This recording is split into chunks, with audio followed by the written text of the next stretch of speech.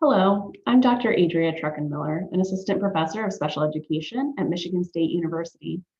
I'm going to talk about a guidance document that the Michigan Department of Education commissioned to help school districts better use assessment. The Michigan Department of Education gathered a group of literacy experts, assessment experts, and professional development experts to create this guidance document. And they asked nationally renowned assessment system expert Jim Pellegrino to be leading this. I'm going to talk about the section of this guidance document that I co-authored with my colleague, Dr. Ensu Cho. In this section, we aim to provide practical guidance to schools about which assessment data was going to lead to better outcomes for all students. We started with a common problem that we've observed in schools. The state of Michigan requires that all students in grades K through 3 be screened in reading, but the selection of the reading screening assessments did not line up well with the decisions that the schools actually wanted to make. Schools were selecting a suite of assessments and then telling teachers and administrators to make decisions based on that data. Unfortunately, this leads to some abuse and mistrust of assessment data, essentially putting the cart before the horse, the cart being the assessment tool and the horse being the decision that is made based on that data.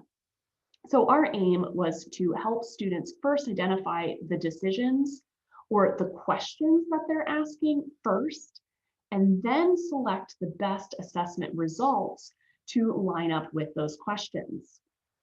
We acknowledge that different types of decisions requires different types of data. For example, a high stakes decision like special education identification would require multiple data points that all have high reliability, validity, and fairness, or alternatively called absence of bias. Lower stakes decisions may not have such formal requirements.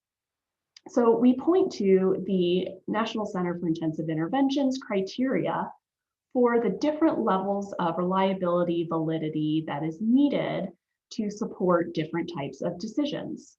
We also, of course, point to the NCII assessment tools charts as an excellent reference specifically for screening decisions. However, we found that schools are also using these tools to make many more decisions than just screening decisions. And we wanted to expand upon the NCII resources to the other decisions that schools are wanting to make. We created a framework for thinking about how you would line up those specific decisions with specific users within the school, with the level of technical adequacy that's needed for those decisions, and then the constructs that are measured within the assessment. We really believe that a shared in-depth knowledge of reading development is needed for understanding reading assessment, and that the same is true probably for other content areas as well. So for reading, we created this illustration to show that different domains of reading would be measured and used for different decisions. For example, the larger grain size domains like reading comprehension and reading fluency can only be used for decisions like deciding which students need supplemental instruction, but that smaller grain sizes are needed to determine what kind of content is needed in that intervention that's becoming increasingly more intensive.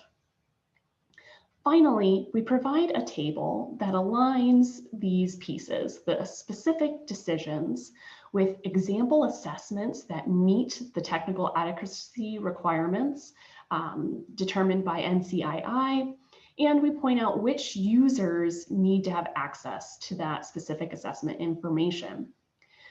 You can freely download this document from the website, and our team at MSU is continuing to work on related projects, including our doctoral students who are part of the National Center for Leadership on Intensive Intervention.